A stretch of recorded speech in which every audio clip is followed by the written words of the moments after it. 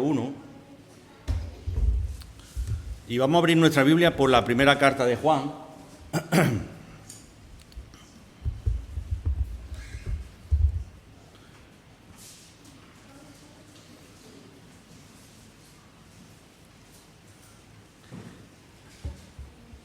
Primera carta de Juan, en el capítulo 2.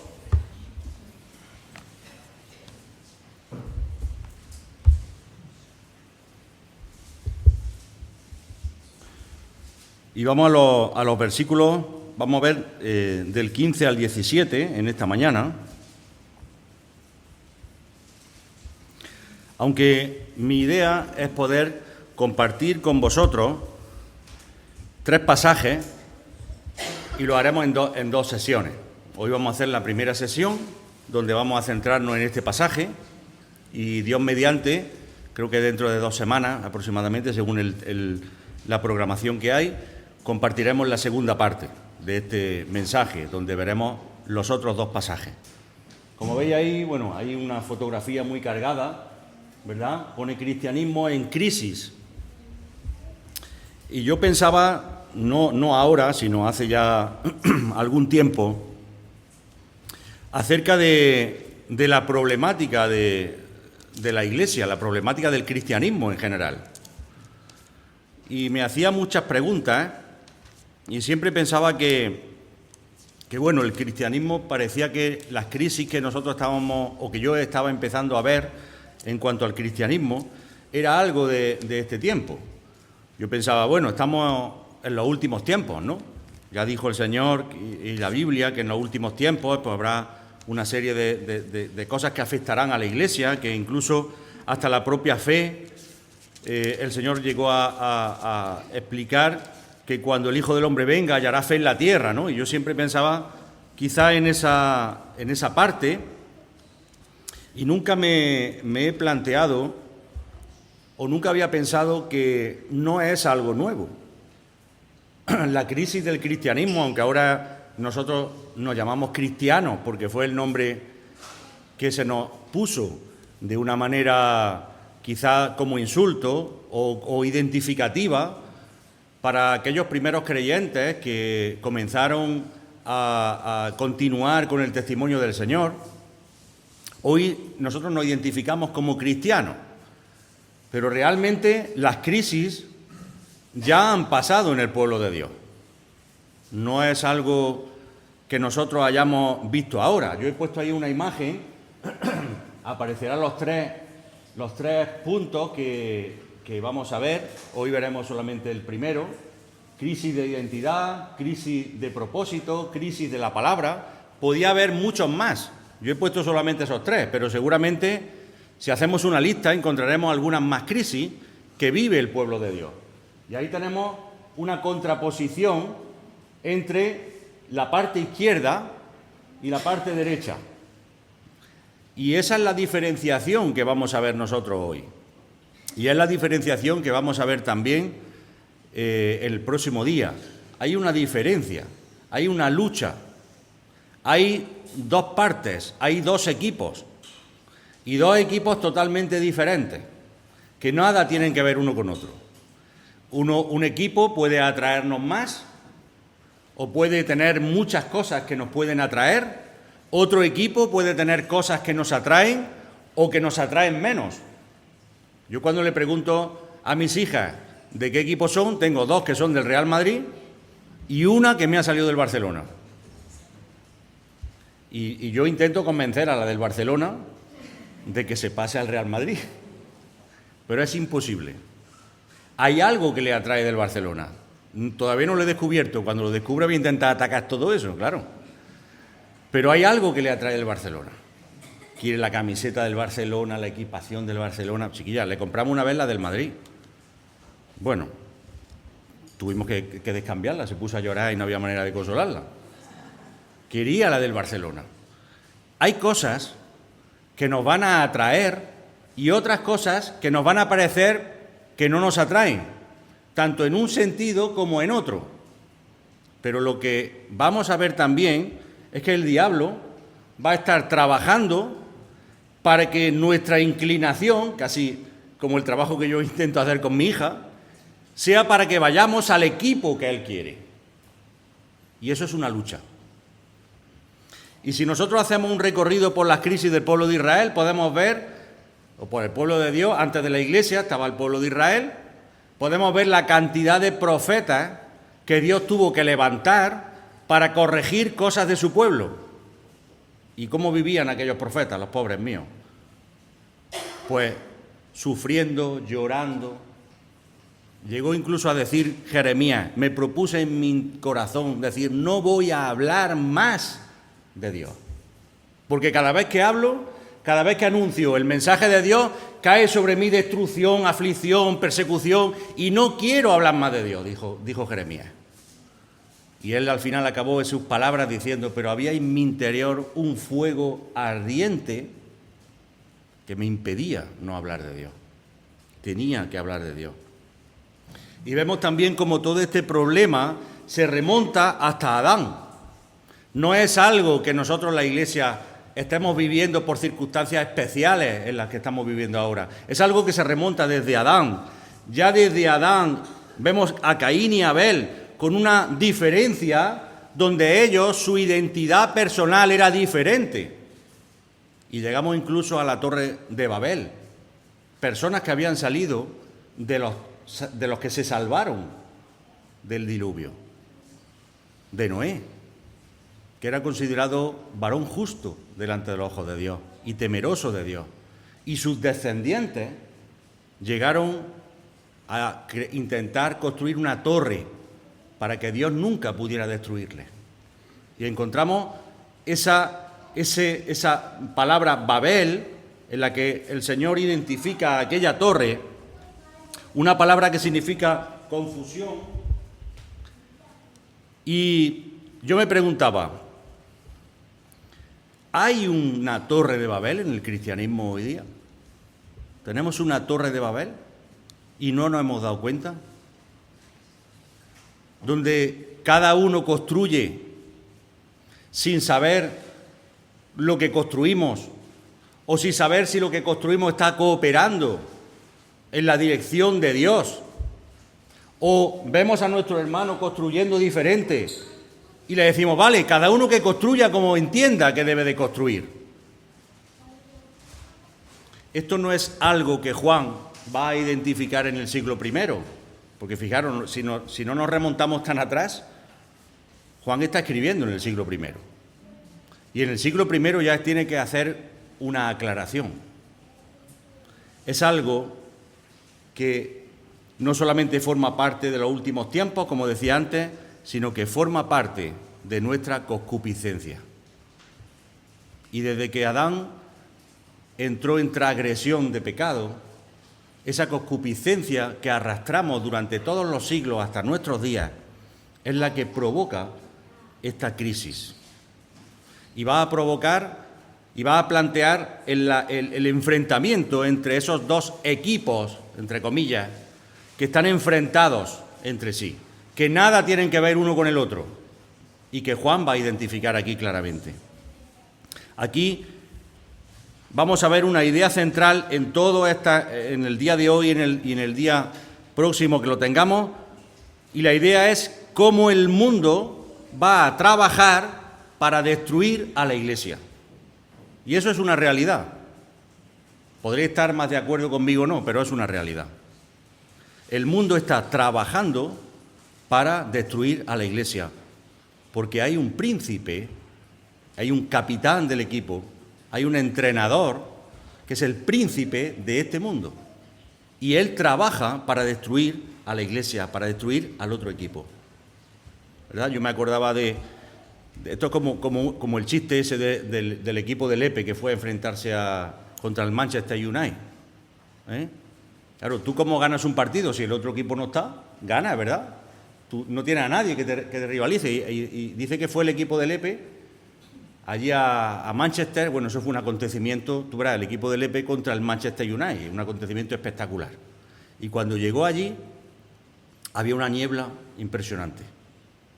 Y entonces el árbitro suspende el partido, se marchan todos del campo, y cuando están los del EPE ya en el autobús yendo para para el aeropuerto, estaban allí sentados, pasan 2 horas de espera allí en el aeropuerto, empieza el entrenador a contar a los futbolistas.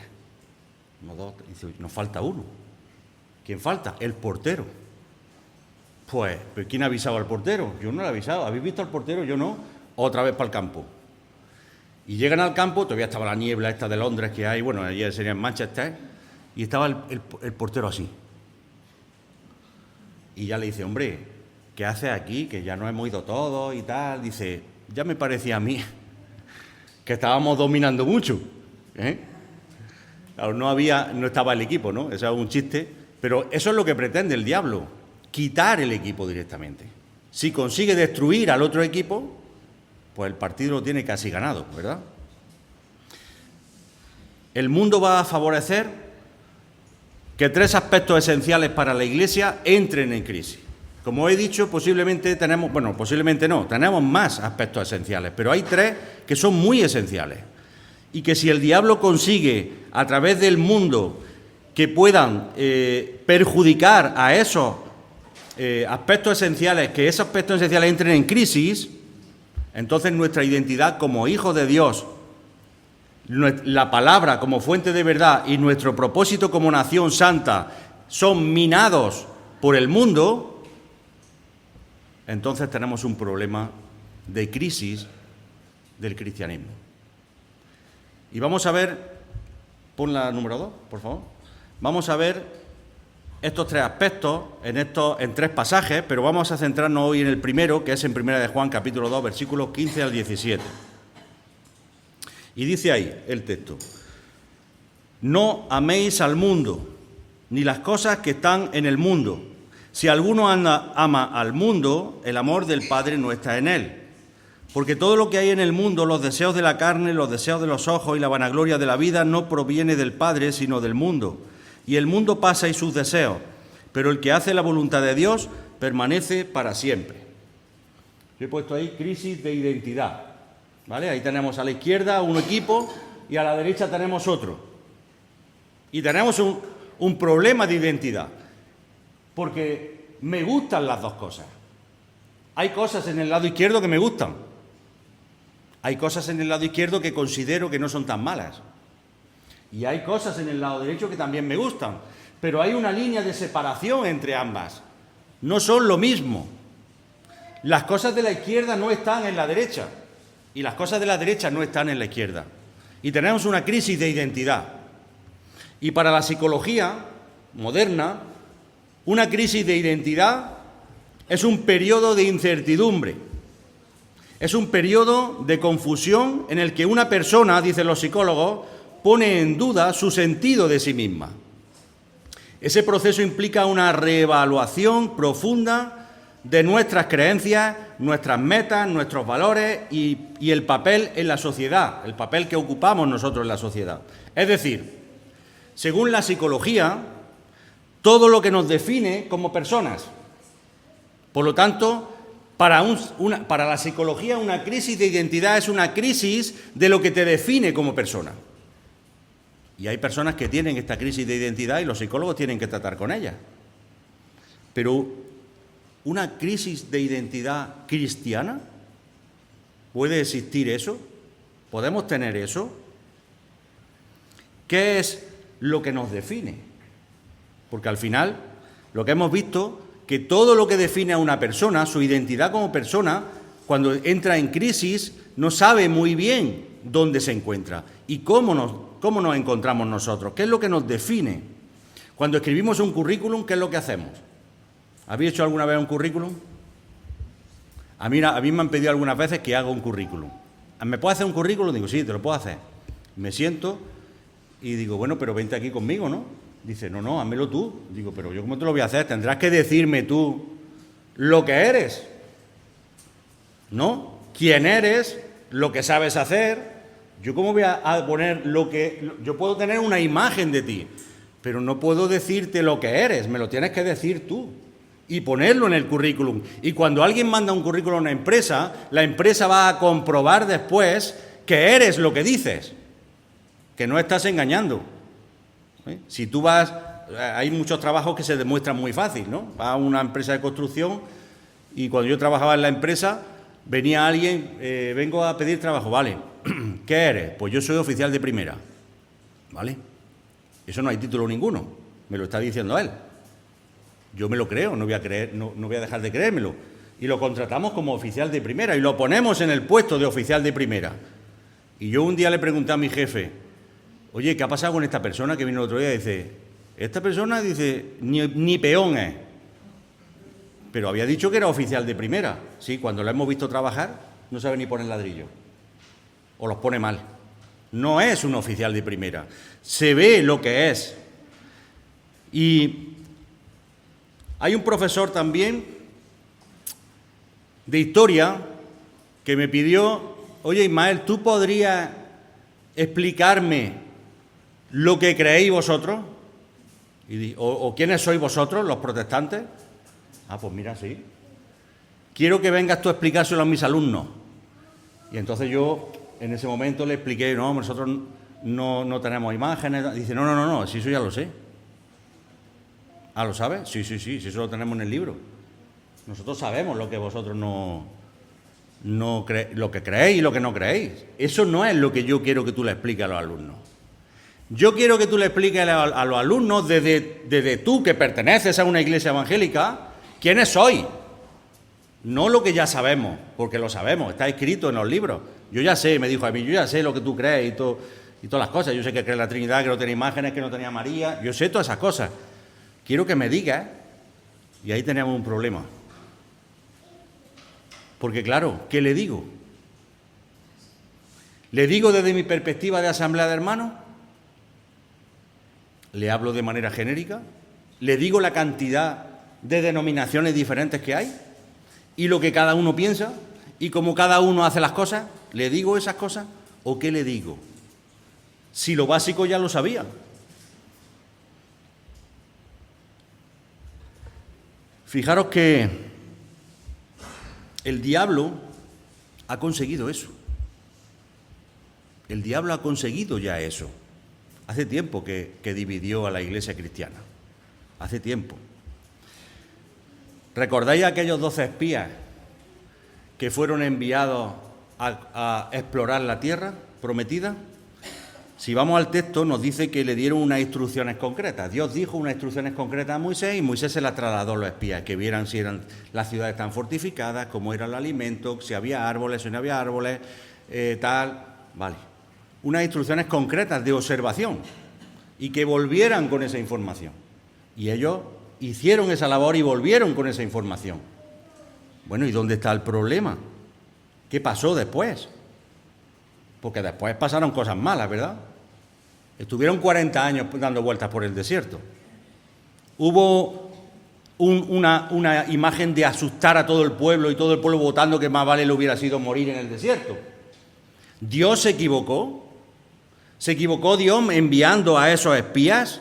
Porque Dios dijo que tenía que ir una persona de cada tribu. ¿Se equivocó Dios en elegir a esas personas? No. Dios no se equivocó.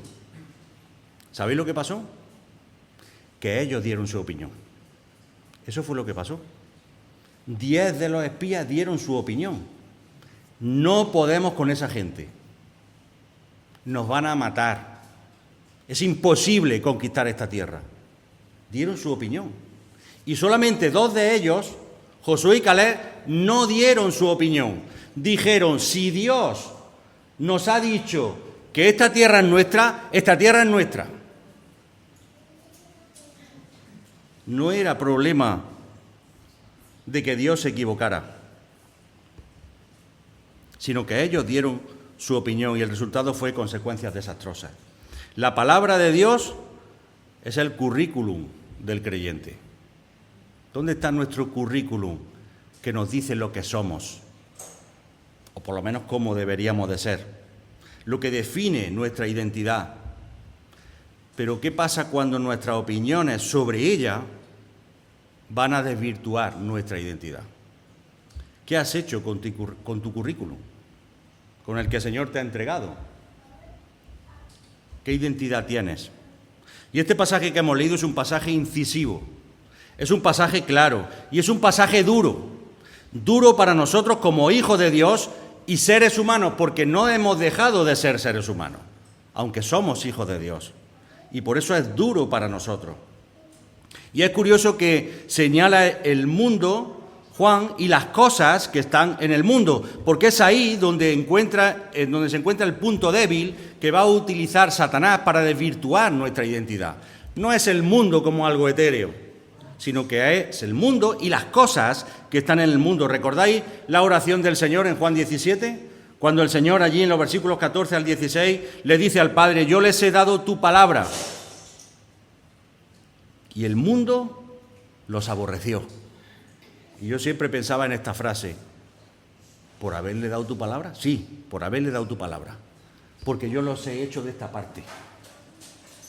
Y la otra parte los aborrece por eso. El mundo los aborreció. ¿Por qué? Porque no son del mundo, como tampoco yo soy del mundo, dice el Señor. No ruego que los quites del mundo. Y aquí está la problemática que tenemos nosotros, que no nos convertimos y nos vamos con el Señor corriendo. Ojalá pasara eso, pero no pasa. El Señor nos dejó aquí. Por eso le dice al Padre: no ruego que los quites del mundo, sino que los guardes del mal. No son del mundo, como tampoco yo soy del mundo. Es decir, tenemos que estar en el mundo, pero Jesús hace una distinción entre los hijos de Dios y el mundo. Y podemos entenderlo como dos conceptos absolutos, que al pertenecer a la Iglesia, automáticamente dejamos de pertenecer al mundo. Y eso es una realidad. Es cierto. Cuando pertenecemos a la Iglesia, cuando somos hijos de Dios, dejamos de pertenecer automáticamente al mundo, porque nuestra ciudadanía está en los cielos. Pero es ahí donde surge una duda. ¿Qué pasa con las cosas que hay en el mundo? ¿Son lícitas las cosas que hay en el mundo? Y la respuesta la tenemos en la exhortación que hace Juan en el versículo 15.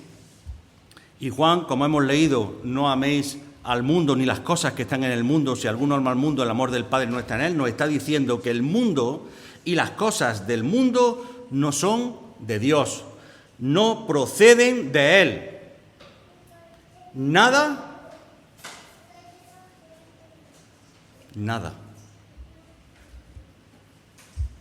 pero es su creación, ¿no?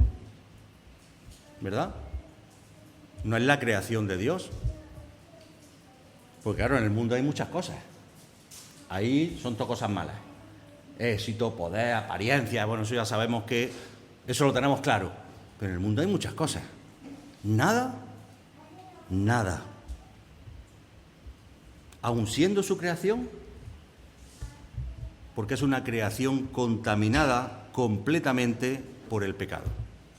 Y Romanos capítulo 8, versículos 22 y 23 nos dice: porque sabemos que toda la creación gime a una, y a una está con dolores de parto hasta ahora. Y no solo ella, sino que también nosotros mismos, que tenemos las primicias del Espíritu, nosotros también gemimos dentro de nosotros mismos esperando la adopción, la redención de nuestro cuerpo. Y hablamos muchas veces y recordamos muchas veces que nuestro cuerpo va a ser redimido de nuestra concupiscencia pecadora, pero Pablo está diciendo, hasta la creación está pidiendo ser redimida, ser regenerada, porque ya está todo terminado. Es una creación contaminada. Tenemos nuestros cuerpos contaminados por el pecado y la creación está contaminada y nada tiene que ver con Dios. Por lo tanto, dice Juan que si mostramos amor al mundo, tenemos un problema de identidad. ¿Y esto qué pasa? Cuando los creyentes tenemos un problema de identidad, va a derivar en una crisis como iglesia, porque la iglesia no son las cuatro paredes. La iglesia somos cada uno de nosotros. Y si cada uno de nosotros tenemos un problema de identidad, la iglesia tiene un problema de identidad. Y Juan quiere, desde su primera carta, siglo I, final del siglo I, decirle a los creyentes que vivían allí, en Roma, en Corinto, en Galacia, en Jerusalén: señores, no tenemos nada que ver con el mundo, no somos del mundo. Ya existía ese problema de crisis de identidad.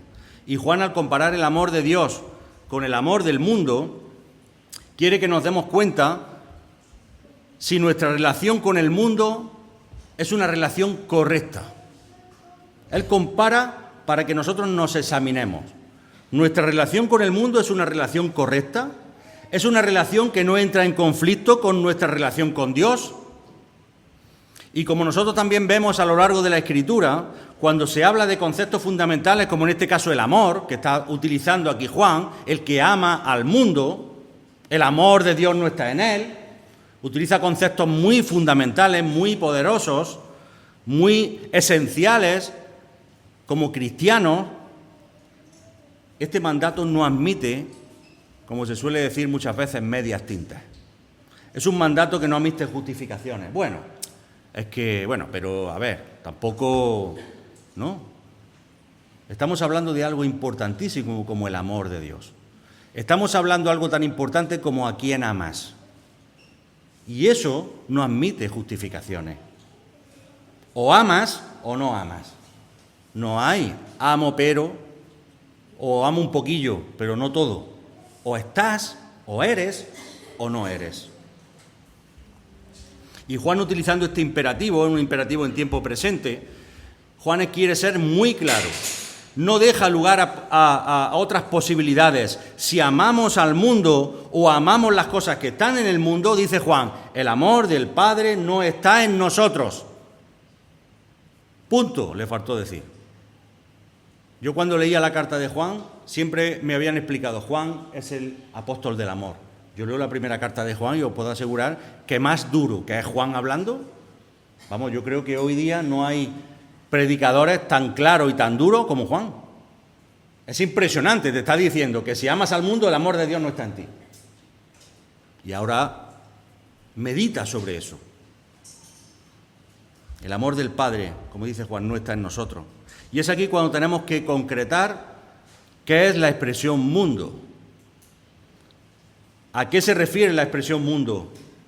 Y lo que se refiere la expresión mundo aquí es a todo lo que conforma la sociedad humana. Todo. Todo. Personas, cosas, todo.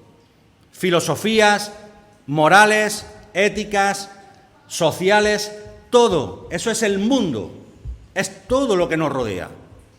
Y pueden ser personas, o pueden ser cosas, o pueden ser ideas, o pueden ser cualquier cosa. Y ahí tenemos un montón de cosas. ¿Verdad? Cuando la gente se centra, ahora hay mucho problema con el tema de las redes sociales. Los institutos, los colegios, hemos recibido notificaciones desde nuestros estamentos gubernativos diciéndonos que vigilemos esas cosas y hablando con los padres y hacen programas de alguna manera el perjuicio que conlleva a la gente joven, un cerebro que está en formación, todo ese tipo de cosas. Claro, algunos ya nos lo advirtieron hace mucho tiempo. Lo que pasa es que la sociedad aprende lentamente de las cosas. Hay muchas cosas, dinero, poder, éxito. ¿Es malo ser el mejor ingeniero de España? ¿Eso es malo o es lícito? Todo lo que está en el mundo es una sociedad alejada de Dios y bajo el control de Satanás. Y además, el propio Señor Jesús lo identifica en Juan 12:31 y 14:30 como el príncipe de este mundo. Y aquí la palabra ama es una palabra que está identificando un amor en sentido social y en sentido moral. Es decir, Juan está diciéndonos aquí que cualquier persona que ama en sentido moral o en sentido social al mundo, el amor del Padre no está en él. Y esto debe producirnos un rechazo total sin peros. A nivel social, a nivel ético y a nivel moral. Ahora, como creyentes, y siguiendo el ejemplo del Señor, aquí tenemos que hacer una matización. Porque he planteado que el mundo tiene que ser rechazado por nosotros, pero hay un matiz. El mundo tiene que ser rechazado, por supuesto, pero si seguimos el ejemplo del Señor Jesús, debemos amar a las personas que componen esta sociedad. A él lo criticaron mucho por eso. Una falsa sociedad moral de buena ética y buena moral religiosa, criticaban al Señor por estar con pecadores, con publicanos. Es que el Señor nos ha enseñado a amar a las personas que están en este mundo. Y debemos hacerlo, pero no a amar al mundo, sino a amar a aquellas personas, a todas aquellas personas que están lejos de Dios, que tienen la necesidad de que les llevemos el Evangelio y de que sean rescatadas de la esclavitud del pecado, pero sin olvidar las palabras del Señor Jesús en Juan 18:36 tampoco. Mi reino no es de este mundo. O lo que el propio apóstol Pablo también escribe en Filipenses 3:20. Mas nuestra ciudadanía está en los cielos, de donde también esperamos al Salvador, al Señor Jesucristo. No somos ciudadanos de este mundo. Somos ciudadanos del cielo desde el momento que hemos entregado nuestro corazón al Señor. Y hermanos, debemos amar al pecador que forma parte de esta sociedad maligna y perversa, pero no somos ciudadanos de este mundo. No podemos ser partícipes de lo que hace esta sociedad. Pertenecemos a un reino que no está conformado en este mundo, ni que sigue las políticas de este mundo, ni la ética de este mundo, ni nada que hay en este mundo. Y recordemos también que todo lo que se ha formado en este mundo a nivel social, económico, filosófico, ético, religioso, en esta sociedad, en este mundo en la que nos ha tocado vivir, tiene su origen en Génesis capítulo 3, con la entrada del pecado. Ahí es donde partió todo. Por lo tanto, Juan nos hace ver que el creyente tiene que tener una perspectiva muy distinta de la vida humana. El creyente, por definición, tiene que tener otros valores distintos a los valores de esta sociedad. Tiene que tener otra ética distinta a la ética imperante en esta sociedad. Y es indiferente el país en el que nos encontremos, que también muchas veces el diablo utiliza esa excusa, ¿verdad? A mí me da mucho coraje eso, porque la verdad es que no tienen una respuesta correcta. A mí me dicen, entonces los países de África que van todos en taparrabos, ¿pueden entrar a la iglesia así? Hombre, no estamos en esos países. Estamos hablando que en ciertos países la vestimenta en esos países es una vestimenta característica, pero claro, te plantean un problema para que justifiques aquí algo que allí quizás es algo normal, pero aquí no. Y buscamos esa excusa. ¿Por qué? Pues porque no me gusta corregir mi atuendo cuando vengo a la iglesia. A lo mejor me gustaría venir en taparrabos, no lo sé. Y tengo que justificarlo, ¿con qué? Con lo que pasa en otro lugar. No importa donde estemos, no importa en la sociedad donde estés, porque cuando Juan nos indica que no amemos al mundo, está diciendo que el creyente no puede asumir los planteamientos que hay en él, ni quedar embelesado tampoco por su forma de vida, porque nos pueden gustar muchas cosas, por supuesto. ¿Es ilícito que a mí me gusten muchas cosas del mundo? No, no es ilícito, forma parte de mi naturaleza. Claro que me pueden gustar muchas cosas del mundo, pero muchas cosas del mundo que no son de Dios. Porque me gusten no quiere decir que sean de Dios, pero claro que me van a gustar. Ahí está la lucha que tenemos que tener. Y si había estado observando cuando yo he estado diciendo todo lo que tenemos que tener, yo he dicho que el creyente tiene que tener. El creyente tiene que tener, y no he dicho tiene. Podría haber dicho el creyente tiene. No, he dicho tiene que tener, no he dicho solo tiene. Y lo he hecho con toda la intención, porque el mundo ya está dentro de la iglesia. Y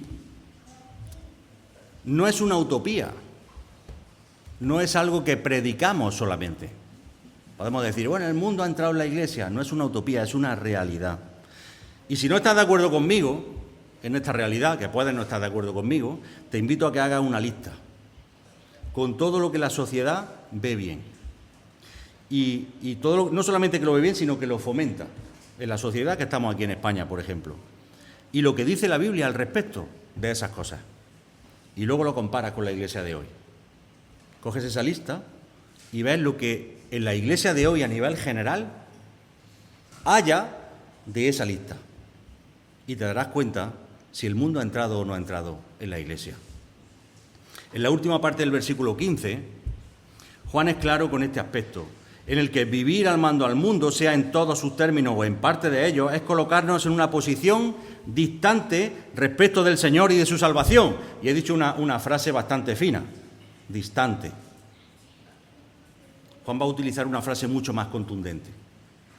Él no va a decir, como yo he dicho ahora mismo, que nos colocamos en una posición distante. Él va a utilizar una frase que tiene un contenido mucho más profundo y contundente. Y él dice allí, el amor del Padre no está en él. Yo no me atrevería a tanto. Pero Juan lo dice. El amor del Padre no está en él. Santiago 4:4 nos dice, oh almas adúlteras, ¿no sabéis que la amistad del mundo es enemistad contra Dios? Cualquiera, pues, que quiera ser amigo del mundo, se constituye en enemigo de Dios. Tampoco yo soy tan valiente para decirle a nadie estas palabras de Santiago. Pero quiero que meditemos seriamente por un momento en estas palabras de Juan. Juan ha dicho, el amor del Padre no está en él. Y hay que meditar porque estas palabras son importantes. El amor del Padre no está en él. El amor del Padre. ¿Qué te sugiere el amor del Padre? ¿Qué te dice cuando escuchas el amor del Padre? ¿Sabéis lo que me sugiere a mí? Me sugiere que el amor del Padre hizo posible que Cristo viniera a este mundo a morir por todos los pecadores, entre los cuales me encontraba yo. Y tú también. A mí me sugiere que el amor del Padre hizo posible que tú y yo tuviéramos acceso a la justificación de nuestros pecados. A mí me sugiere también que el amor del Padre hizo posible que tú y yo fuésemos regenerados al creer en Cristo Jesús y aceptar su sacrificio. El amor del Padre me sugiere también que ha hecho posible que recibamos la potestad de ser hechos hijos de Dios. El amor del Padre ha hecho realidad el recibir una vida eterna que no merecíamos por nuestras obras. El amor del Padre nos ha dado la esperanza de disfrutar la eternidad en una vida real y auténtica en compañía de nuestro Creador, de acuerdo al pensamiento de Dios desde antes de la fundación del mundo. Esa era la intención de Dios y lo que Dios ha llevado a cabo. El amor del Padre no está en él. Dios no está dispuesto, hermano, de ninguna manera a compartirnos con el Señor de este mundo. Dios no está dispuesto a eso. Dios no permite la infidelidad a Él. Y Dios nos exige una lealtad absoluta solo a Él. Y el amor recibido de Cristo nos empuja a ser fieles a Dios. Por lo tanto, si no estás sintiendo en tu corazón ese empuje a obedecer al Señor y a huir del mundo, pregúntate si el amor del Padre está en ti. ¿Recordáis aquel texto de 2 de Corintios capítulo 5, versículos 14 y 15? Allí el apóstol Pablo nos dice, porque el amor de Cristo nos constriñe. ¿Y sabéis lo que significa esa palabra constreñir? Esa palabra significa comprimir, apretar juntos. Es como si nosotros no estamos apretando. Yo me abrazo con Miguel porque hace mucho tiempo que no lo veo, le tengo mucho cariño, nos damos un abrazo fuerte, nos apretamos el uno al otro. El amor de Cristo a nosotros, aprieta, dice Pablo. Es un impulso abrumador, un impulso irresistible provocado por el amor de Cristo. Y dice Pablo, pensando en esto, que si uno murió por todos, luego todos murieron y por todos murió. Bien, trabalengua ahí un poco, pero está identificando lo que ha pasado en nosotros. ¿Para qué? ¿Para qué me está apretando el amor de Cristo? ¿Para qué me está constriñendo? ¿Para qué me está impulsando para que los que viven ya no vivan para sí. Y eso es a lo que te empuja el amor de Cristo, a que ya no vivas para ti, sino para aquel que murió y resucitó por ellos. Por eso dice Juan, el que ama al enemigo de Dios,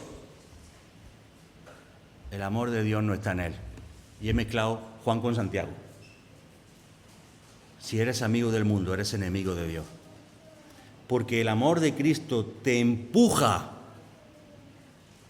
a que ya no vivas para ti, sino para Él. ¿Qué es lo que tenemos nosotros en nuestra vida?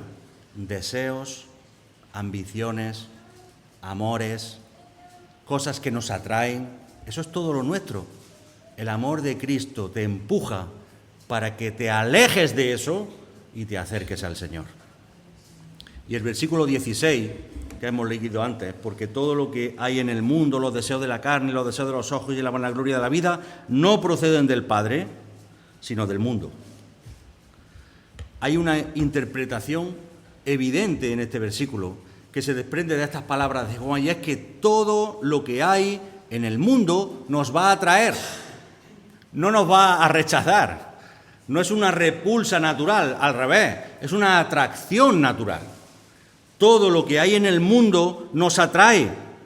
Todo lo que hay en el mundo, los deseos de la carne, los deseos de los ojos y la vanagloria de la vida, no proviene del Padre sino del mundo, pero ya está innato el hecho de decir, señores, que todas estas cosas que os atraen nos vienen del Padre, pero es que nos atraen, claro que sí. Por lo tanto, vivir en el mundo, en medio de esta sociedad, va a suponer un desafío para nosotros como creyentes. Claro que es un desafío. Vivimos muy relajados, en una sociedad tranquila, donde no nos persiguen, podemos dar clases de religión evangélica en los institutos, en los colegios, nos reciben con los brazos abiertos, nos saludan con cariño, nos invitan a sus celebraciones. Claro que sí que estamos aquí tan a gusto. Piensa en esto, hermano y hermana. Es un desafío, debe ser un desafío, porque hay muchas cosas que te van a atraer en este mundo. Y Juan va a mencionar dos deseos, lo que él llama concupiscencia, que es de alguna forma también identificada como una pasión, algo que nos apasiona, algo que nos atrae, algo que deseamos. Y va a mencionar dos concupiscencias que hay en esta sociedad en la que vivimos, y la identifica con la concupiscencia de la carne y la concupiscencia de los ojos, y termina también con una expresión al final que podemos traducir como la arrogancia jactanciosa de la vida. Hay una arrogancia en la vida que también nos atrae. Queremos ser así. Queremos triunfar. Queremos crecer. Queremos llegar a más en esta vida. Esa es la arrogancia que hace que nuestro ser desee esas cosas también. Y cuando habla de esta concupiscencia de la carne, aquí tenemos que hablar que el mundo ofrece una libertad diferente a la de la palabra. El mundo te va a ofrecer una libertad. Vas a ser libre. Te va a ofrecer la libertad que deseas, pero es una libertad diferente a la palabra, que toca nuestro corazón. Claro que sí. Es que es mucho más fácil la libertad del mundo que la libertad que me hablan en la iglesia acerca de la libertad de la palabra. Es mucho más libre lo que me ofrece el mundo. Claro que sí.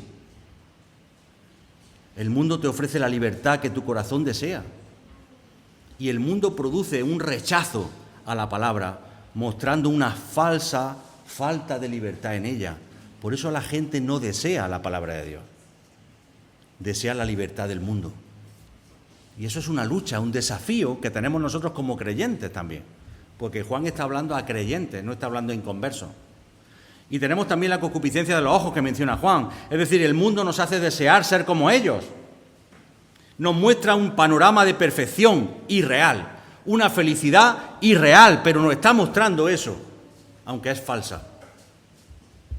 Y como oposición a la palabra muestra errores en la doctrina dada por Dios y lo hace de manera falsa. La Biblia se equivoca, es arcaica, tiene errores y nos muestra como creyentes, estamos hablando a creyentes, no estamos hablando a inconversos, como creyentes un falso error doctrinal. pero en el mundo hay libertad.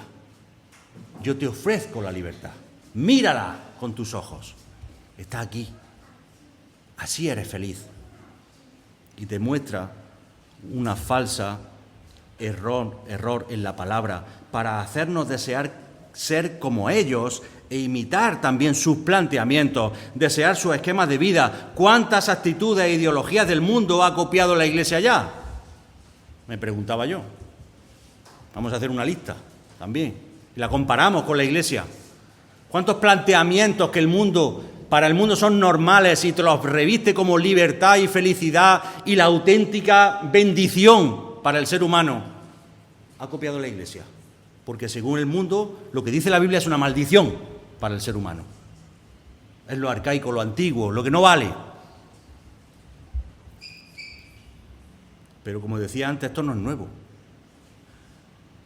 En 1 Samuel 8:7, el pueblo de Israel, allí en aquel capítulo, pidió un rey. Queremos tener un rey como nuestros pueblos vecinos. Queremos ser como ellos, porque eso es lo que realmente nos va a hacer felices. Tener un rey auténtico, un rey de verdad. Un rey al que podamos mirar. Y Dios le dice, vais a tener un rey. Un rey al que vais a poder servir. Y os va a obligar a ir a la batalla. Y os va a obligar a que le deis de vuestro dinero. Y os va a obligar a hacer lo que Él quiera. ¿Ese es el rey que queréis? Muy bien. Ahí sois auténticamente libres. Ahí tenéis el rey. Y dijo Jehová a Samuel, oye la voz del pueblo en todo lo que te digan, porque no te han desechado a ti, sino a mí me han desechado para que no reines sobre ellos. Esa es la imagen de Dios que tiene del pueblo. Seguramente el pueblo de Israel nunca pensó en esa imagen. Hombre, Señor, ¿cómo vamos a desecharte? No te estamos desechando, estamos pidiendo un rey. No, me estáis desechando. Me estáis desechando. Y conocemos ya por la historia que no fue una decisión acertada del pueblo. Y ahí entra en juego lo que se conoce como la permisividad de Dios. Es posible que Dios nos esté permitiendo que no solamente deseemos los esquemas de vida de este mundo, sino que se hayan implantado en la Iglesia. Es posible. Estoy hablando de la Iglesia evangélica en general, no estoy hablando de esta Iglesia concretamente. La Iglesia evangélica en general. Que Dios esté permitiendo que esquemas del mundo se hayan implantado. Es posible que Dios lo permita. Y que Dios esté permitiendo eso. Pero por la experiencia que tenemos del pueblo de Israel, sabemos que ellos perdieron su identidad. El pueblo de Israel perdió su identidad totalmente. Cuando llegó el Mesías ni le reconocieron.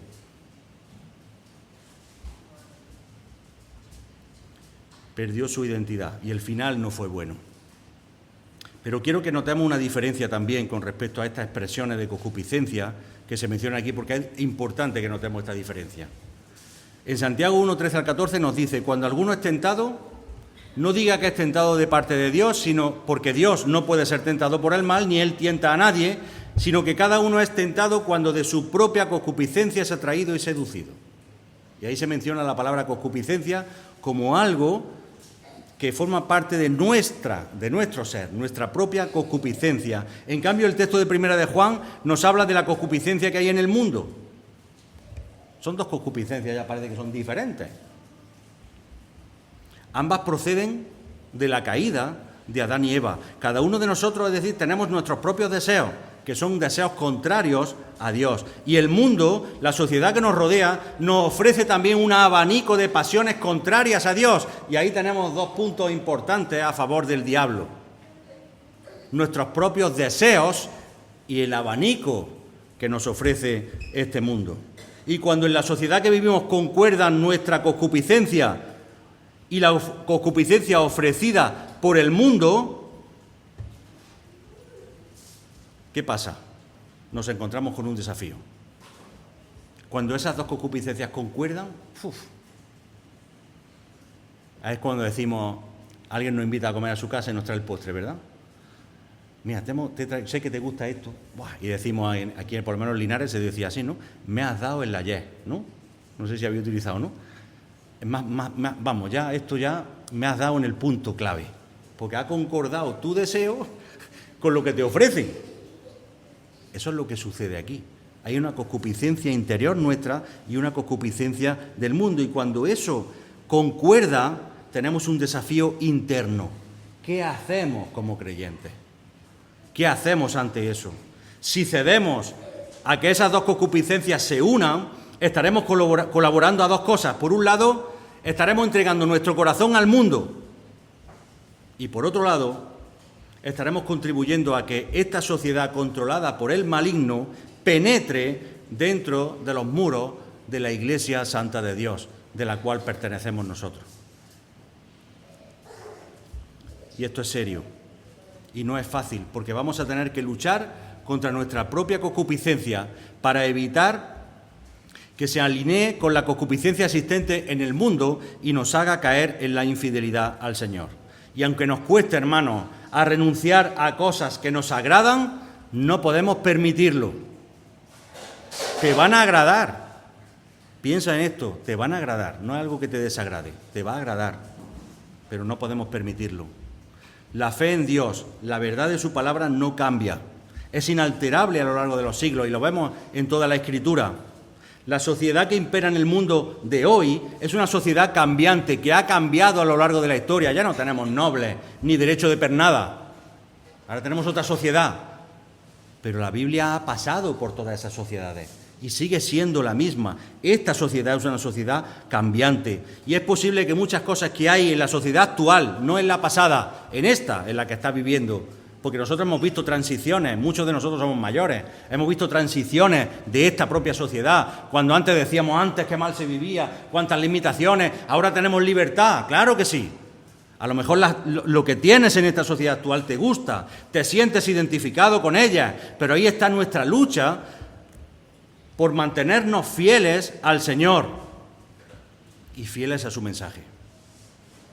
Y amamos al pecador y trabajamos para que más almas pasen de muerte a vida, pero no seamos engañados por el maligno, por el mundo y por sus concupiscencias.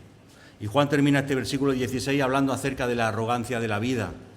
Es como decir, hoy somos más inteligentes que antes, hoy tenemos más conocimiento, esa es la misma tentación que tuvo Adán y Eva, seréis como Dios. Y el mundo nos ofrece llenar nuestro ego, dándonos una falsa paz de lo que somos y de lo que hemos conseguido, creando en nosotros la sensación de que ahora somos mejores que antes. ¿Y quién iba a pensar que íbamos a tener una guerra en Europa después de haber pasado 2 guerras mundiales? Nadie. Y es posible que ahora nos creamos casi dioses. ¿Cuánto ha avanzado la tecnología? Madre mía, hemos llegado a la Luna, hemos mandado satélites, hacemos así con el móvil, vemos el tiempo en Shanghái. Es que tenemos un avance espectacular. En muy pocos años de tiempo hemos crecido muchísimo. Pero ¿qué ingeniería hay en las pirámides de Egipto? Si todavía están investigando a ver cómo fue posible hacerlas tan perfectas y alineadas con las herramientas que tenía en aquel momento, o construirlas de esa manera. ¿Cuánto tardaríamos? ¿Cuánto se tardó en terminar la Sagrada Familia, verdad? ¿Hacer una pirámide? Por eso debemos ser conscientes de no darle lugar a la jactancia que el diablo ha implantado en esta sociedad. Es una sociedad jactanciosa. Santiago 4:13 al 17 nos dice, vamos ahora a los que decís hoy y mañana iremos a tal ciudad, estaremos allá 1 año y traficaremos y ganaremos, cuando no sabéis lo que será mañana, porque ¿qué es vuestra vida?, dice Santiago. Ciertamente es neblina, que se aparece por un poco de tiempo, como la del partido del Manchester con Lepe, ¿verdad? Neblina que se aparece por un poco de tiempo y luego se desvanece. En lugar de lo cual deberíais decir, si el Señor quiere, viviremos y haremos esto o aquello, pero ahora os jactáis en vuestras soberbias. Toda jactancia semejante es mala. Y aquí está utilizando Santiago la misma palabra que utiliza Juan. Y quiero terminar, hermanos. Nos creemos dioses. Y muchas veces dioses en el estudio de la palabra también. Tanto nos ha influido la sociedad que llegamos a creernos dioses en muchas cosas y también en el estudio de la palabra. No pretendamos que el maligno nos ciegue, creyéndonos ser más eruditos en la palabra que los hermanos que nos precedieron, porque nos lo creemos. Es una realidad. No pretendamos tampoco ganar almas dejando entrar a la sociedad en la Iglesia. Pensamos que necesitamos llevar el Evangelio y que la gente venga. ¿Y qué hacemos? Vamos a hacer cosas que atraigan a la gente. El Señor no hizo eso. ¿Queréis iros vosotros también? Hombre, no diga estas palabras, son muy duras. La gente se está yendo. ¿Queréis iros vosotros también? Le dijo a los discípulos. El Señor no viene a atraer a las personas por sus sentidos. Viene a ganar almas. La primera parte del versículo 17 nos habla de que esta sociedad es cambiante. El mundo pasa y sus deseos. El mundo pasa y sus deseos. Esta sociedad es cambiante. La sociedad del siglo XIX era de manera totalmente diferente a la del siglo I, o a la del siglo XV, o a la del siglo XXI en la que estamos. Dios, en cambio, es inmutable a los cambios sociales. No olvidemos nunca esto, porque el diablo va a intentar hacernos pensar que Dios cambia también conforme la sociedad va cambiando. Eso es un error, porque lo que quiere hacer es que nuestra identidad se desvanezca, que no se sepa nadie, que veamos, imaginaros si alguien nos ve a un creyente del siglo I, lo pusiéramos aquí y dijéramos, hermano, somos como tú, somos tu hermano. ¿Qué diría el creyente del siglo I? ¿Nos vería igual que él? ¿Se identificaría con nosotros y diría, sí, veo que sois mi hermano? ¿O diría, vosotros quiénes sois? El diablo intenta hacer eso, cambiar nuestra identidad. No sé hasta dónde, me preguntaba yo cuando veía esto, nos llevará el diablo esta sociedad en sus cambios, no lo sabemos. Ahora sí, a lo mejor cambia el gobierno, se frenará un poco, porque el gobierno es de otro color, ¿no? Y cada color del gobierno pues va haciendo sus cambios y sus cosas, no sabemos hasta dónde llegará, no sabemos cuántos países del mundo, qué cambio hará cada uno de ellos. Vemos por las noticias un país que hace esto, que otro que hace lo otro, que aprueban unas leyes, otras leyes, y vemos cómo la sociedad va cambiando, no sé hasta dónde llegaremos, pero siempre serán cambios contrarios a Dios. Pero lo que se percibe es que la Iglesia también, a nivel general, estamos hablando a nivel general, está siguiendo también el rumbo marcado por esta sociedad. Las concupiscencias del mundo pasarán, dice Juan, y cambiarán, buscando siempre el objetivo de destruir a la Iglesia del Señor. Pero, hay un pero. Y él termina aquí diciendo, pero el que hace la voluntad de Dios permanece para siempre. Pero la esperanza la encontramos en estas palabras de Juan. Hay una esperanza. El que hace la voluntad de Dios permanece para siempre. Y esta palabra permanecer, una palabra que se usa mucho en la Escritura también, sobre todo en el Nuevo Testamento, nos habla de una estabilidad, de algo inamovible, de una firmeza fiel e inamovible a Dios. Y me viene a la memoria Mateo 7:21, que muchas veces lo hemos mencionado. No todo el que dice Señor, Señor entrará en el reino de los cielos, sino el que hace la voluntad de mi Padre que está en los cielos. Y esas palabras también tan duras del Señor es para hacernos pensar. ¿Qué identidad tienes? ¿Tu identidad está mostrando que eres un hijo de Dios? ¿Que obedece al Señor y a su palabra? Hermanos, meditemos en estas cosas. El próximo día continuaremos con 2 crisis más, que también son importantes y que el Señor nos hace llamar nuestra atención a estas cosas. Vamos a orar. Señor, te damos gracias.